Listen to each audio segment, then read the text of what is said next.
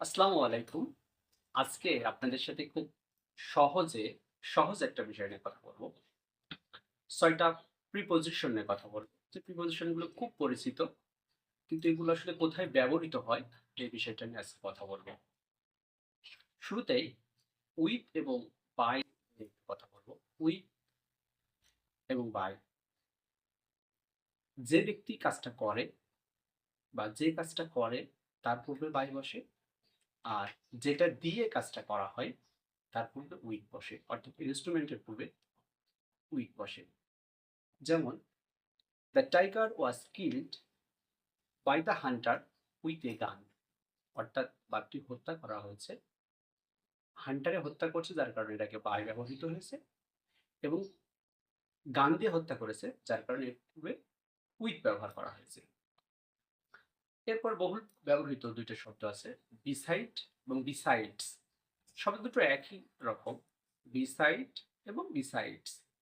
Beside মানে পাশে, আর besides এর অর্থ হচ্ছে এছাড়া বা এটা ছাড়া। বিসাইডটা কেমন ব্যবহৃত হয়? হি স্যাট মি, হি স্যাট বিসাইড।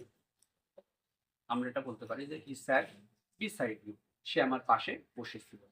এই বিসাইড মানে পাশে। যদি বিসাইডস ব্যবহার করি সেক্ষেত্রে কি হবে?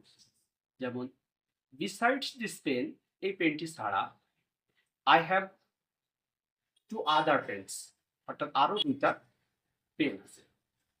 এই ক্ষেত্রে বিসাইডস ব্যবহার করা হয়। এরপরে আসতেছে যে এমং এবং বিটুইন। যখন দুইয়ের মধ্যে বোঝায় তখন আমরা বিটুইন ব্যবহার করব। কিছু আম আছে, আমরা বললাম এটা দুইজন বালকের মধ্যে ভাগ করে গেল, সেক্ষেত্রে আমরা বিটুইন ব্যবহার করব। কেমন?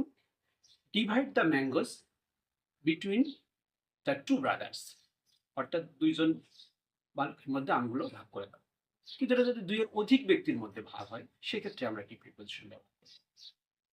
যে আমগুলো আছে এই আমগুলো বাচ্চাদের মধ্যে ভাগ করে দাও বা অনেক তাদের মধ্যে ভাগ করে দাও, তখন আমরা এমন ব্যবহার করব। কেমন এটা? Divide the mangoes among them, অর্থাৎ আমগুলো তাদের মধ্যে ভাগ করে দাও। এই সহজ ৬ টা প্রিপজিশন আপনাদের সাথে আলোচনা করলাম। আশা করি আপনারা বুঝছেন। আসসালামু আলাইকুম।